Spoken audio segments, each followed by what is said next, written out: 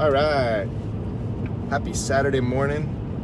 Realness Challenge Day 6. It's not always serious and deep. Sometimes it's just funny and awkward, but hopefully it's always real.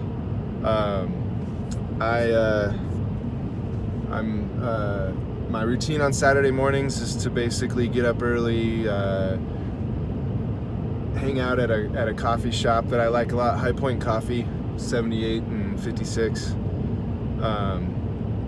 And for non-Utah people, 7800, 5600, those are street intersections. Anyway,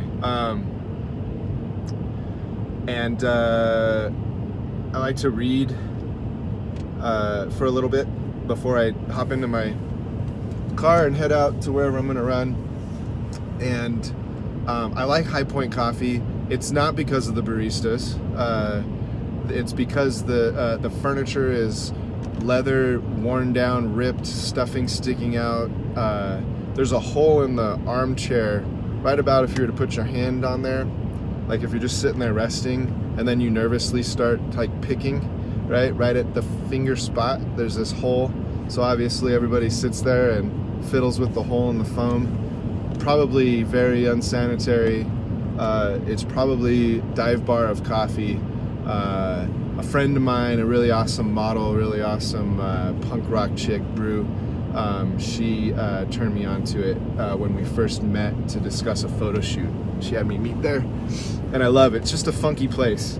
I mentioned the baristas because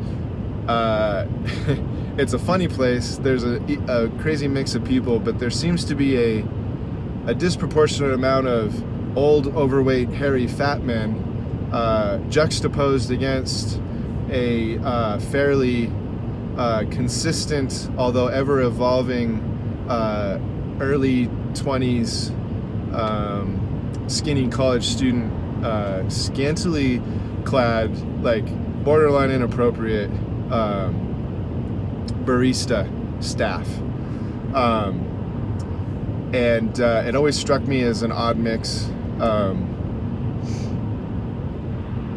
I don't know if they're encouraged to dress that way, and I'm sure it's why there's another element of fans that go to the place. I don't know.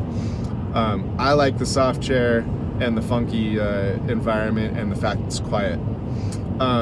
Every morning, and I see no dudes working there, but every Saturday morning I go in there and I drink my coffee, read my book, until I get my first poop, because I don't want to go out running holding on to a log, for 10 miles. It's very uncomfortable, and there's not always an opportunity. So essentially the coffee helps move that process along while it also wakes me up. And today, man, it suddenly dawned on me as I'm sitting on the throne, stinking the men's bathroom to high heaven. And it's one of those bathrooms, doesn't have a bunch of stalls. It's just one toilet. So when you walk in, close the door.